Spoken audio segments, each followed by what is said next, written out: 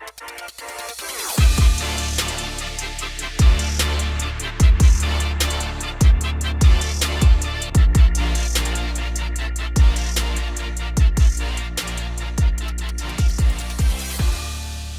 is up, Clipper Nation? And welcome to the Clip Service Podcast. Before we get into this episode, we just wanted to let you guys know real quick again about our 8 games of Clip Miss sweepstakes. Yeah, not Clip Miss. It's Clip Miss, C-L-I-P, mess. And what we're doing is we're giving away sweatshirts, maybe gift cards, maybe other items for each. We're giving away Chuck the Condor's severed head. And we're giving away Steve Ballmer. Yeah, we're shipping Steve Ballmer off to the highest bidder. 8 games of Clipmas. Make sure you guys are liking, commenting, subscribing to enter for your chance to win something Clip Service Pod merchandise. Might be this hoodie that I'm wearing, this dashing hoodie that I'm wearing. Not the same one, but your very own. Yes, sir. Make sure you guys are commenting because we have already had one win against the Hawks. So you guys do what you got to do to get whatever you need to get. Make it happen. Make it happen. And let's get right into the episode. Let's get right into the episode. Sorry, what do you get? Rolla's got more. Don't forget to find us on. Oh yeah, of course. Spotify, Apple Podcasts, Deezer, Amazon Music, YouTube, and you can also find us on Twitter and Instagram at Clip Service Pod. I'm Rolla, and this is my co-host Nick. Let's get right into it. Kind of an unhinged start to the pod. I'm loving it, and that's how the Clippers are feeling right now. As Rolla said, we're we mentioned that we want to auction off Steve Ballmer in the sweepstakes, and granted, I think Steve to me doesn't catch as much heat as some of the other guys we're going to talk about on this pod, but I do think that and we'll talk about it more in depth, but I do think that from the top down, there's been some serious wrongdoings with this franchise, and I don't know what to make of it. But we'll kind of cover that in a second. What we want to cover real quick is the last 3 games that we missed since we talked. First of which is, and this is going to be kind of mostly me because Rolla, and I completely understand why, Rolla's kind of boycotting the Clips right now. And I completely get it. For those of you that don't know, I'm just going to mention it and then we'll go into detail a little bit later. But Chris Paul let everybody know via Instagram at 3 a.m. that he was being sent home. So everybody was like, what? What's going on? And the reports came out that Chris Paul was basically, there hasn't been any official release. We don't know if he's going to be waived or traded or what have you. I don't think that can be done. A trade can be done until the 15th of December. But basically, it was made known that Chris Paul is going to be away from the team and is no longer going to be playing for the Clippers, which is just unacceptable for so many reasons. Like I said, we'll get into that in a second, but we wanted to preface that right now. But the last 3 games that we missed was a win against the Hawks, loss against the Grizzlies, and a loss against the Timberwolves. So the first of which was a win against the just completely injury-riddled Atlanta Hawks. Their starting lineup was Dyson Daniels, Nickeil Alexander-Walker, Zachary Rizache, Mo Gay, and Onyeka Okongwu. So obviously they've been without Trae Young for a while. They're missing Jalen Johnson, who's having a absolutely all-star, at the very least, level year. He's a huge part of what they do. So the Clippers really needed to take advantage of this one, and they did. But I was watching this game, and this is kind of a general theme of this whole episode, but, you know, we were playing well and things looked good, but in the back of my mind, I'm like, do I even care? Like, do I even care? Because, like like in order for me to care, I would have to be looking through the lens of I feel like the Clippers need to stack up wins and compete. And I think the season's cooked, so I don't think that matters. And then on top of that, with the Chris Paul thing happening, literally, That I think morning. that morning, or in Yeah. the middle of the night, that previous night, it's like it was a very confusing feeling. But Yeah. if we're gonna talk about the box scores, if we're gonna break it down, excuse me, really good game from James Harden, 27 points, 9 assists, had 3 turnovers, but was a plus 24. Kawhi Leonard with 21 was a little bit inefficient from the field, 7 for 21, but he got it done.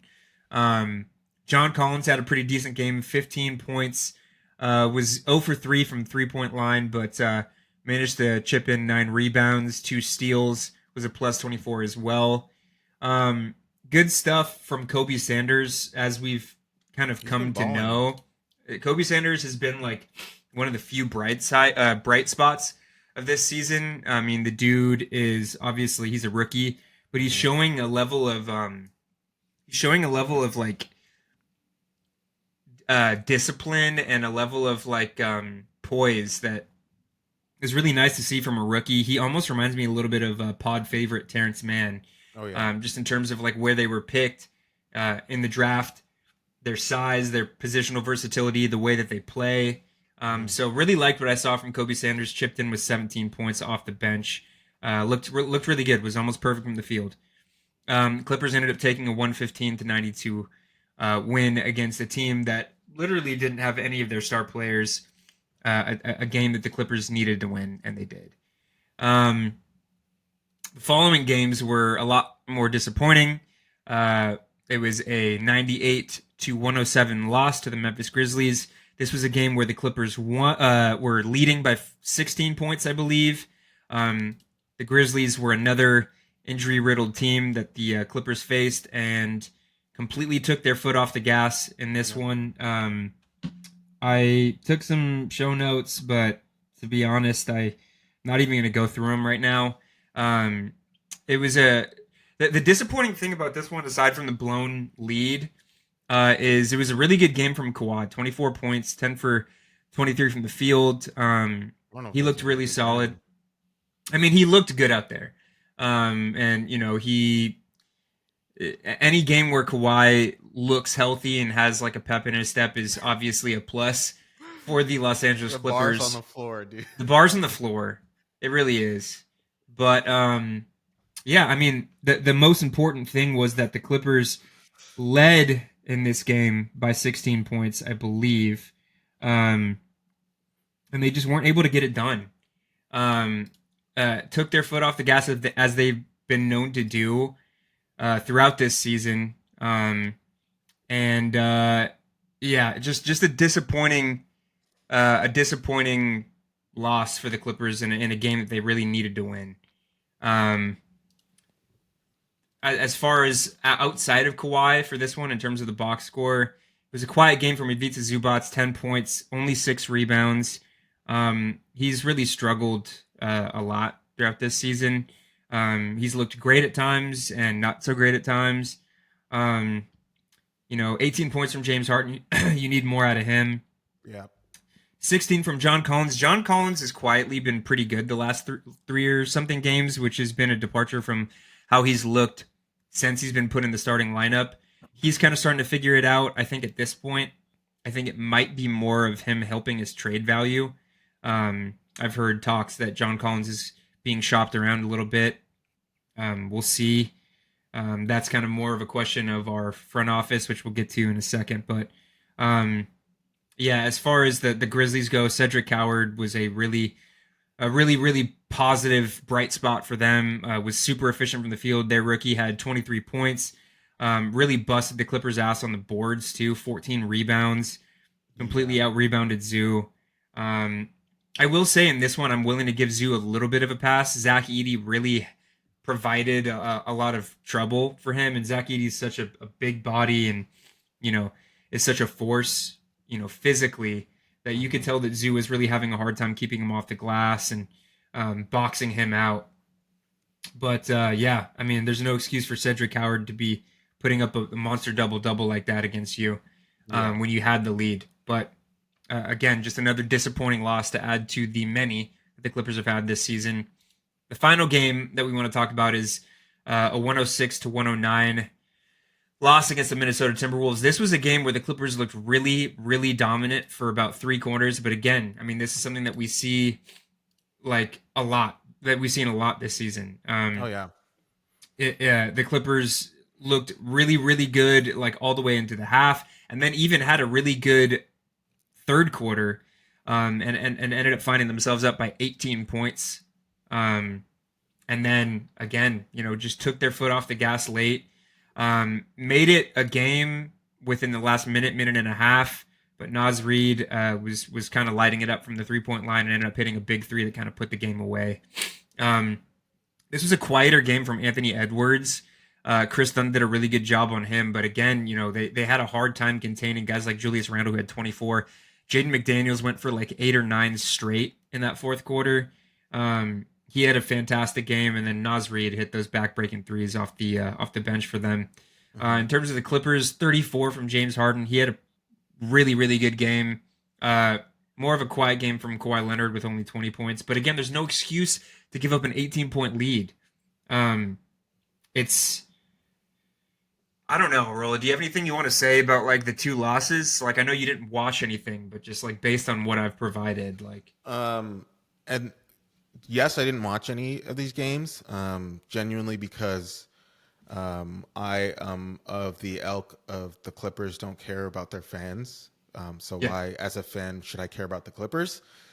So I am boycotting the Clippers, but I did see and read on these games, and I guess this game in particular. I know the Clippers were up for most of the game. I know the Clippers came out with a lot of energy, and it seemed like at the end of the game we kind of just lost it, which has been the name of our season. Like everyone knew at the start of the season, we have the oldest team in the league. We're not going to be able to keep up with any team that is younger. So pretty much the entire league, as we've seen. So these types of losses aren't surprising to me. I mean, I don't even want to celebrate, Kawhi or James Harden because at this point I just want them gone for my team. I've been wanting them gone, but I mean, to me, Kawhi hasn't. Like, I'm looking at the box score, and these aren't impressive stats of a superstar, of a star. I don't even think he's in that superstar realm anymore. I mean, he's averaging 25 points on the season, but I haven't been feeling it in his gameplay or in his. I mean, obviously we haven't been winning, but I feel like the last time we've seen something great from Kawhi was when he hit that game winner. Was that against The Pelicans on Halloween. The Pelicans. Like And literally a month ago. Yeah, that felt like such a long time ago, and I just feel like he isn't that guy for us anymore. I think it's been time to move on. James Harden has been playing well, but I mean, what's the point of playing well if your team is gonna completely lose energy at the end of the game and lose the game? So I can't even imagine what these dudes feel like at the end of the game, just like being completely demoralized, knowing that like they are constantly in that range of about to win the game, and then they physically can't keep up and they lose the game because of that, or they physically just don't want to give the effort, or they don't have that, like I keep saying, they don't have that passion to finish out a game strong, and they basically just get outplayed to end the game and they lose these games. So I'm not surprised that the Clippers lost 2 out of their last 3 games. This is not a good team. This is a poorly constructed team. I think the one shining star, or the one silver lining of the Clippers right now, is Kobe Sanders. I think that had Bradley Beal not been injured, had Kawhi not gotten injured, we would have never seen this type of player on our team. I think that there could have been a potential that we had traded this type of player. I mean, there still might be. I don't trust Lawrence Frank as far as I can throw him. Like, I agree. Like, he seems like a player that could fit on the next era of the Clippers. And this is kind of what I've been harping on was I don't want to see these old players playing on the court. Like, even if they were playing well, this is a first round exit playoff team on paper. So like, to me, it's like, what's the point when we could be like not doing as well and putting ourselves in position to get, like better assets, trading John Collins, trading Zoo, trading Kawhi, James Harden, when they had a lot more value, which I thought they did in previous years. And then we could see players like Kobe Sanders actually develop and actually give that hustle. Even if we lose a game, at least we know that they actually have that hustle. They actually have that passion to play the game. And to me, it seems like Cam Christie and Kobe Sanders are the only two players that actually play with some sort of passion.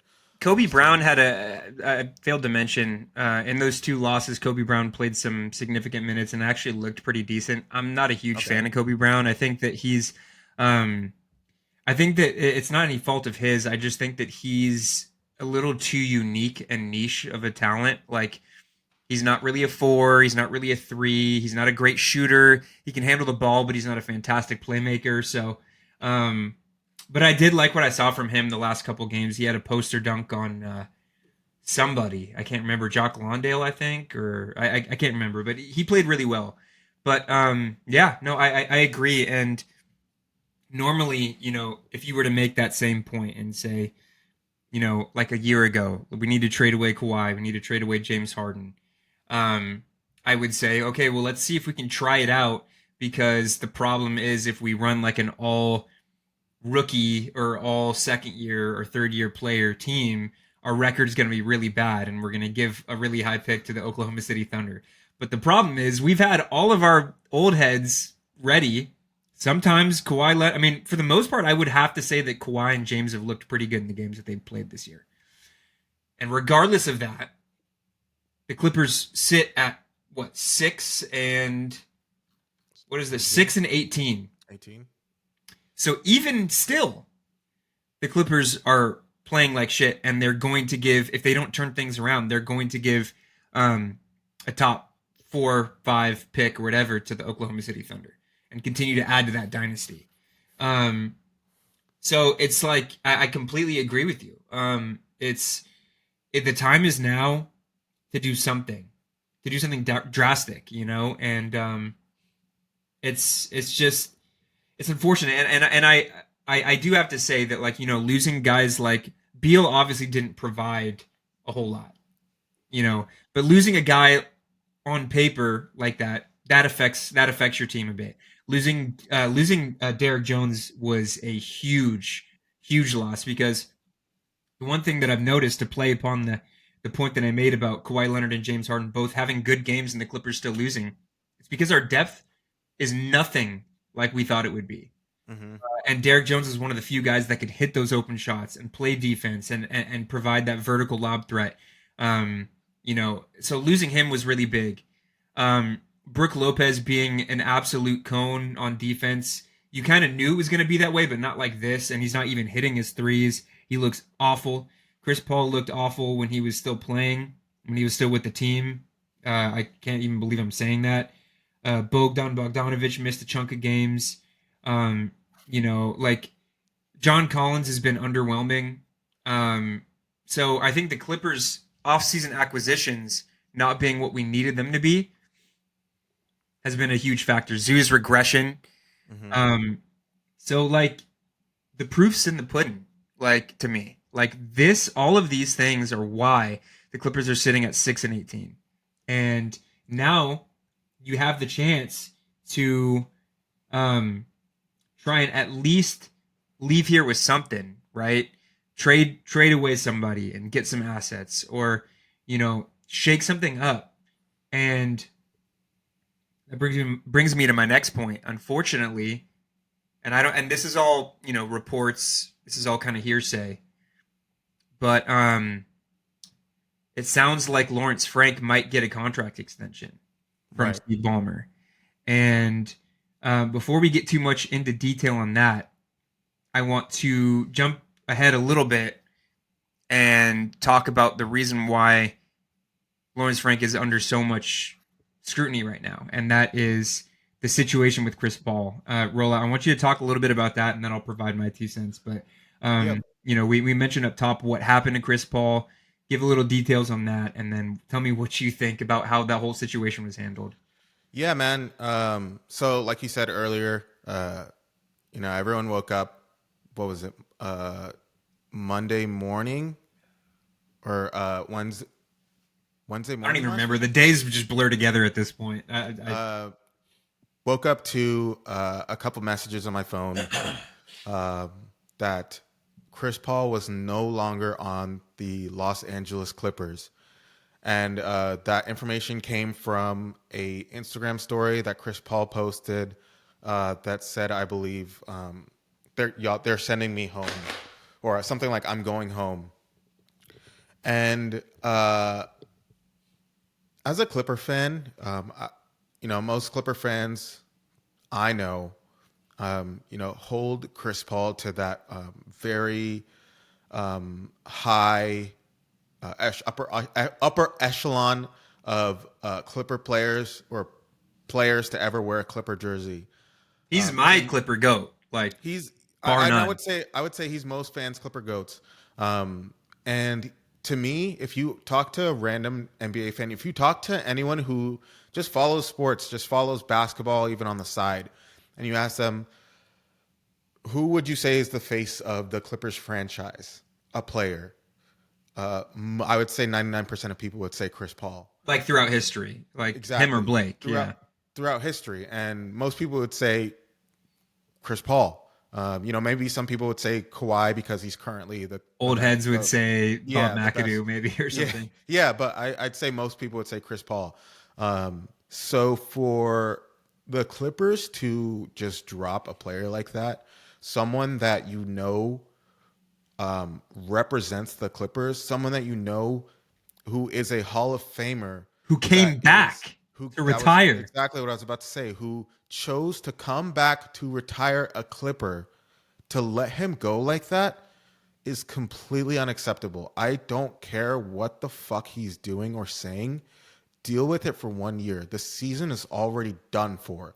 Done. It doesn't matter.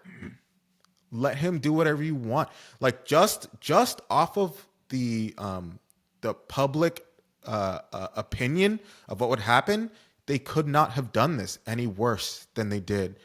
I think that the Clippers getting rid of Chris Paul on his last year in the NBA would have been the equivalent of the Lakers dropping Kobe Bryant in his last year of playing basketball in the NBA. I think it's that serious. So to kind of go forward knowing that we don't really have a Clipper GOAT that is going to go the rest of his lifetime, kind of representing the Clippers, wearing that Clipper bravado, kind of talking about the Clippers, maybe like being like Lou Will, going on these TV shows talking about the Clippers, showing up to Clipper games in the future, representing the Clippers, maybe even being a consultant, maybe even being a part of the Clippers for the rest of, this guy's life. He chose to come back because he wanted to do that for us. And to just drop him knowing that you're giving away everything, I just feel like was so unacceptable, dude. Like, I don't think we have another. Sorry to cut you off. I don't think we have another player that will rep the Clippers like Chris Paul would have done for us, and it's just really shameful to have witnessed. Well, it is, and just to provide a little bit more context on the situation, Lawrence Frank explained when asked about it, the day after, that basically the situation via reports and from what Lawrence Frank said was that the fit wasn't right. Lawrence Frank said some lip service thing about this is not Chris Paul's fault. Our record isn't Chris Paul's fault. It just wasn't the right fit. And then reports were saying that his relationship with Ty Lue was really frayed to the point where Ty Lue wasn't talking to him for weeks. That Chris Paul was trying to apologize to Ty Lue, and he kind of wouldn't hear it. He was rubbing teammates the wrong way. So I will say on the other side of things, because it's important to, make sure we contextualize everything. I don't think And so. then I'll provide a caveat to that. But to contextualize the whole situation, when a player is toxic to a locker room, when you're trying to win, it becomes really hard. And we know that Chris Paul rubs a lot of players the wrong way. I mean, Boogie Cousins literally said it with Lou Williams on whatever show that they were talking. He's like, I hate Chris Paul, but I do think that they did wrong by him. And so he rubs a lot of players the wrong way. But the caveat to all of that is you sign Chris Paul knowing how Chris Paul is. Chris Paul wants to win. Chris Paul is telling you, holding you accountable as a team that we're not playing the right way. Also, I think at this point, the Clippers had only had 5 wins out of, dozens of games, or, what was it? We were 5 wins. Yeah. We had 5 wins at that time. It's like, you're not like, you can't let a guy go to keep you from winning if you're not winning to begin with, right? Yeah. Like the season is cooked. So it's not like letting Chris Paul go is going to magically salvage this season. Mm-hmm. This season is unsalvageable in my opinion. And so all of that, like if through the lens of we're a team that is still gunning for a championship, sure, that makes sense. But that completely went out the window weeks ago. Like that's not an option anymore. And so it was completely unacceptable to me. Whatever beef that him and Ty Lue had, like, let me go back to when PJ Tucker and Bones Highland were both sent home for their behavior in the locker room. Yeah. They were still part of the Clippers for way longer. PJ Tucker was a Clipper for way longer than he needed to be. And I know that there's a situation with wanting to offload his contract and stuff like that. But if we can send PJ Tucker home for being a locker room cancer and still keep him on the team, why can't you do that to the greatest player to ever play for your franchise? And a guy that came to the Clippers to finish out his career as a Clipper. I was at that press conference. Chris Paul had tears in his eyes thinking about finishing his career with the Clippers. And you're going to go ahead and send that guy home. And to add on to all of that,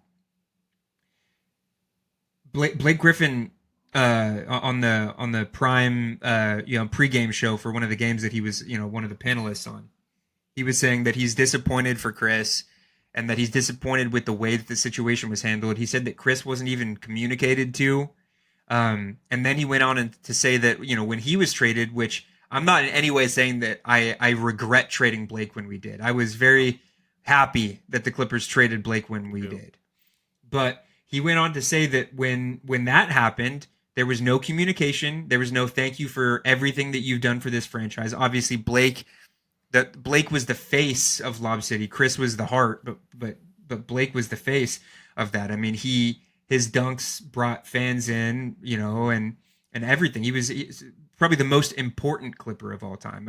I still think Chris is the greatest, but probably the most important Clipper of all time. Definitely.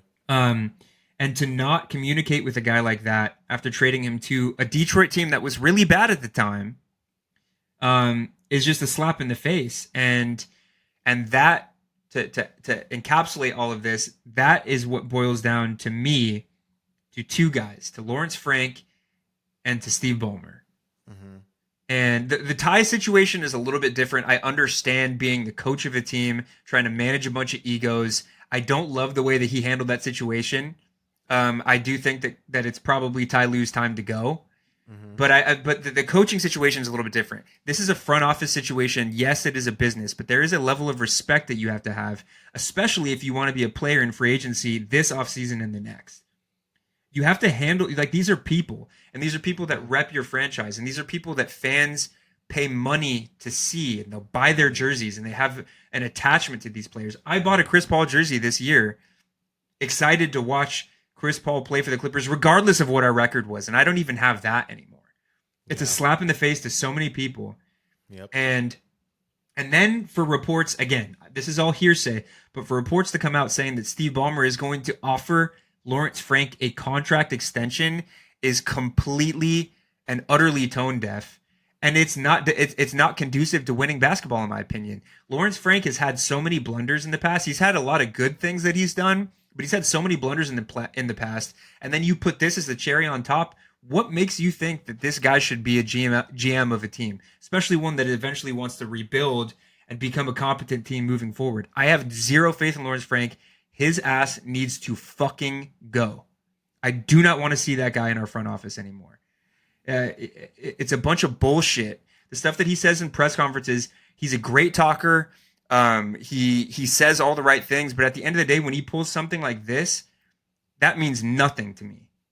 I do not want to see this guy as my GM, and I'm at the point. The next game that I have tickets to is on the 23rd, I believe, against the Rockets. I'm at the point where I'm gonna walk in there with a brown bag over my head with two eye holes cut in there, like the way that Clipper fans did back in the day when Donald Sterling was the owner of the team and they were boycotting the team. I'm very close to being on that level. Yeah, I might bring some rotten produce in there to see if I can see Lawrence Frank Bomber, bro. No, I obviously I'm not going to do any of that, but like it is embarrassing, and I want the dude gone. And it's an indictment on Steve Ballmer too. I think Steve Ballmer is a wonderful owner for a lot of reasons, and he's done so much. I cannot thank Steve Ballmer enough for building this new stadium, this amazing stadium that's been awesome. I've been dozens of times.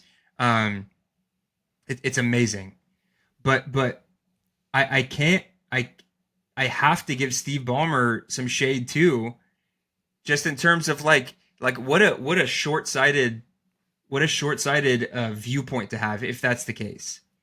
And I don't know, man. Like he I don't know. He should catch some flack too. Oh, definitely. I don't know.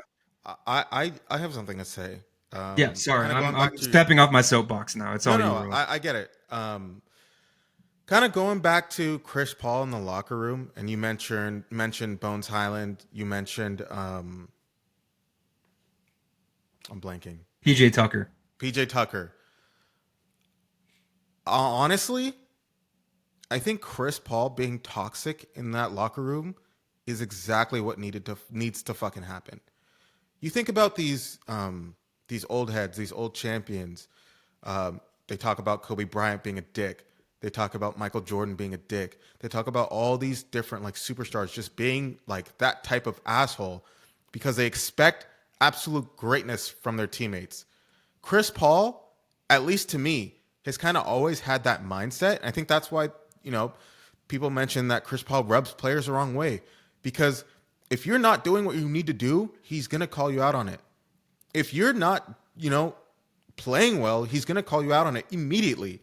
If you're not, from what I've heard is that Kawhi, he felt that Kawhi couldn't keep up with Klay Thompson when we played the Mavs. And Chris Paul was trying to change the defensive assignment to get Kawhi off of Klay Thompson. Kawhi Leonard, if you can't keep up with Klay Thompson, who's on the tail end of his fucking career, I would be like Chris Paul, bro. Get the we're here to win. You're supposed to be our superstar. You gotta be that number one guy. If you're not gonna be him, get the fuck out. You know what I mean? So I think that toxicity was necessary. And I don't know how he went about it, but someone had to spark something in there. And maybe that was his mentality. I got to spark something on this team because we look like dog shit, which we have been. It's not like he left and shit changed and we got all of a sudden better. Yeah, we won one game and everybody was like, maybe Chris Paul was the problem. Exactly. And then we used two games in the same way that we always do. Trash-ass team. And then we lost 2 games, one being a close matchup, which we genuinely lost because we were shit, because we couldn't keep up at the end of the game. And it's just so frustrating to see Chris Paul, the guy who wants to be a Clipper so bad, just get dropped because our front office couldn't handle him telling them the truth. The teammates couldn't handle him being a little toxic or being a lot toxic or trying to spark something. I don't know. I wasn't there. But and that's, to me, it feels like it feels like almost like he must have threatened their family or some shit for them to just drop him like this, bro. I don't even think it was that deep. If not, sorry, just real quick. If not, this might have been the most selfish move I've ever seen from a group, from a front office, and from a coaching staff I've ever seen in my entire life. To throw away an entire future with a Hall of Fame player because you couldn't handle him for one season, a season where that's already over, that you guys look like trash. That maybe it's because they're all nervous because they're on the hot seat, but this was completely unacceptable and completely selfish by everyone on the Clippers who had a decision in this. Yeah, Sorry, you yeah, can go no, on. no, no, no, totally. I think there were some reports that were saying that like, because it, to your point, it had to have been really bad. Like, because Lawrence Frank is, I'm completely out on Lawrence Frank. I think that he's a bad GM, but it must have been really, really bad because Lawrence Frank's not an idiot, right? Like he's a bad GM. He's not stupid. So he knew how bad of a PR move this was, right? Like anybody, in their right mind would be able to see that. So it had to have been bad enough to where they're willing to eat that and let the guy go. I heard that like Jeff Van Gundy had said something to we talked about it in one of the past episodes where Chris Paul posted a Instagram photo that said leeway, the definition of leeway. Oh yeah. Allegedly, what had happened, and I can't remember what the source was for this, but allegedly what had happened was Chris Paul was blowing defensive assignments all game, and Jeff Van Gundy tells him like you may have had more leeway on other teams, but you're not going to have that leeway here. And so like there were issues, on court, off court, very clearly. But again, it's like you brought him in so that he could have his farewell tour. You brought him in knowing who Chris Paul is, and the season is cooked. Like have some, like be realistic with yourself, right? The season is cooked. You're not going to salvage this season by trading for Anthony Davis or Giannis or Zach LaVine or any of these guys. You're not going to salvage this season. So at the very least, what you can do is take it on the chin, rebuild, and keep the one guy who is, I mean, like a lot of fans, including myself, were going to games to be able to watch Chris Paul play. Regardless, I'll stand on business. Before this season started, the last episode that we had before the season started, I said, as long as the Clippers don't look like dog shit, which they did, but as long as the Clippers don't look like dog shit, I will be happy to watch Chris Paul play for the Clippers in his final season. Like that will bring me enough joy, and we don't even have that as fans. So it's just a completely short-sighted move. They don't care And about it's the fans, dude. and it's a slap in the face. And even from like you're saying, like you want to say that this is a business move. In what way is this good for business when Oh, dude. when you're trying to draw free agents in the coming off seasons, and you have ex players like Blake and Lou Williams all talking about how Lawrence Frank is a big part of, if not the sole problem for situations like this. Yeah. Like, what makes you think?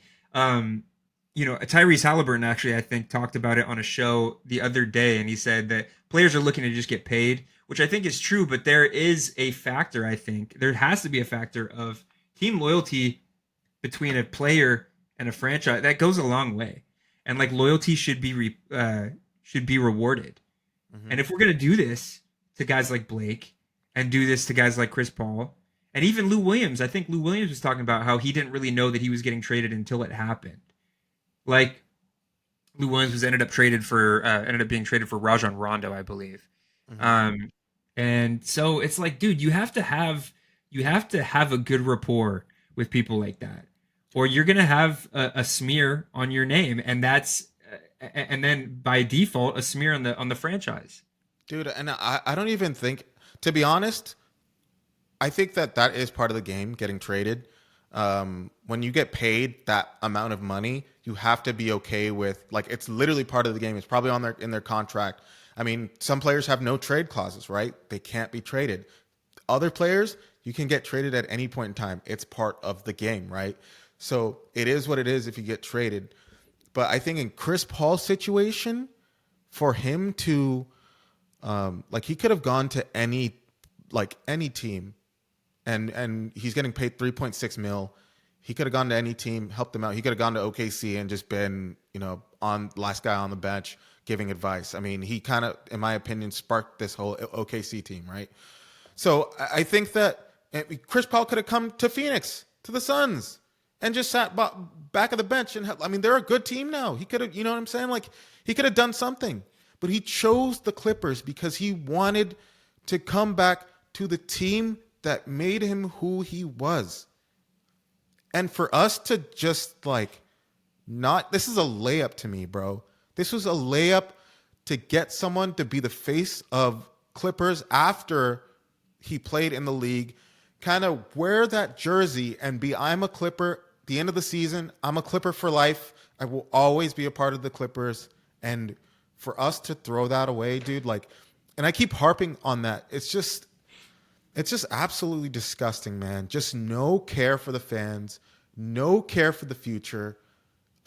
Lawrence Frank, I genuinely don't and I know I've talked shit on Steve Ballmer, but I just can't believe that he would allow this to happen. I almost don't believe he was even looped in on this, because I think, like you said, if you're trying to make money, which I believe we both believe that Steve Ballmer is kind of all about trying to make as much money as possible. If you're really about making money, you would know not to make this move. You'd be like, hey, I don't care. It's one season. Lock him in a fucking room for all I care when the games are on. CP just comes to games in a straitjacket. Bro, but for real, he was not even stepping onto the court for half the games.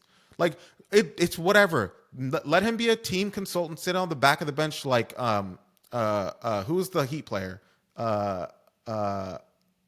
You're cutting out on my end. Oh, Haslam. Udonis Haslam. Yeah, Udonis Haslam. Let him sit at the bottom of the end of the bench and be like Udonis Haslam. Make sure the rookies are always ready. Make sure that the team knows the culture, the team knows what they have to be doing, when they have to be doing things.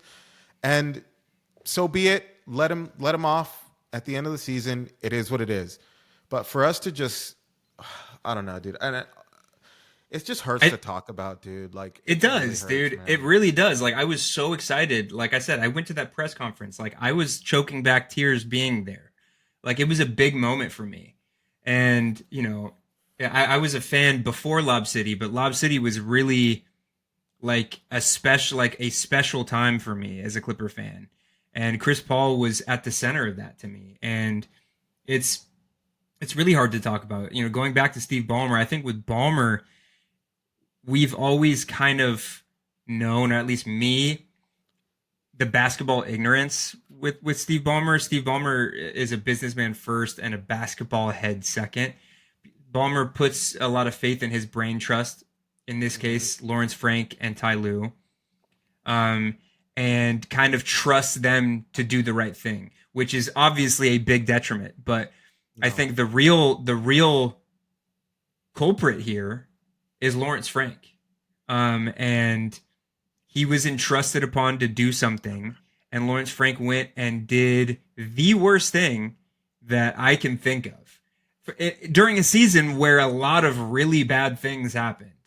And so I don't know where the Clippers go from here. I know where they should go, but I don't know where they end up going. I don't have any faith in this front office whatsoever. So whatever I think's going to happen probably won't happen. But I mean, I'm going to say, I think that it's time to completely tear this thing down. And, I'm not, Roll is more vocal with that. I usually don't share that sentiment completely, but I think the time's come. It has to be at that point, because you saw it. We made this move to get Chris Paul away from the team. We won one game against the shadow of the Atlanta Hawks. Very few of their star players were available, and then we lost 2 games in the same fashion that we've lost games all season long. It didn't change shit, right? So where do you go from here? So I don't know. I think we could talk about this ad nauseum, but it's heartbreaking to talk about. So, Yeah. guys, let us know what you think about the situation. I'm pretty sure I know how we all feel about the situation, but let us know what you think in the comments. And also, speaking of the comments, to bring about a more positive note, in that one win that the Clippers took, that was part of our 8 days of clip miss sweepstakes. So what you guys can do is comment on this video, whether it's on YouTube or on the subsequent post that Rolla is going to put on Instagram. Comment, make yourself known, like, subscribe, all that stuff, and enter yourself into this sweepstakes, because with every win that the Clippers take until Christmas, you will have a chance to enter yourself into the sweepstakes to earn some Clip Service merch or a gift card, a variety of different things. So go ahead and do that, and at least you can maybe leave here with something positive. Rolla, did you have anything else you wanted to touch on with the Chris Paul situation before we get on out of here and cry? Nah, I got nothing else for the Clippers, bro. They've taken everything from me, bro. Yeah, it's tough, but I think if anything drastic is going to happen, now is the time. So we will know sooner rather than later if some moves are going to be made to move this franchise in some sort of direction that has any iota of positivity. I've heard talks that the Celtics are really aggressive, going to be really aggressive in pursuing Ivica Zubats. Zoo is one of those guys that I wouldn't want to trade unless it's like a haymaker of a return, because he's still young. Obviously, Zoo's had an off year, but I would love for Zoo to be a part of the next era. But everybody to me is kind of on the table at this point. Aside from maybe Nico, I would love to see Nico, because we already traded away Chris. But they don't care. They don't care, bro. That's the thing. Please do us a favor and keep Nicholas Batum on the Clippers. No, Give us don't something, care, man. bro.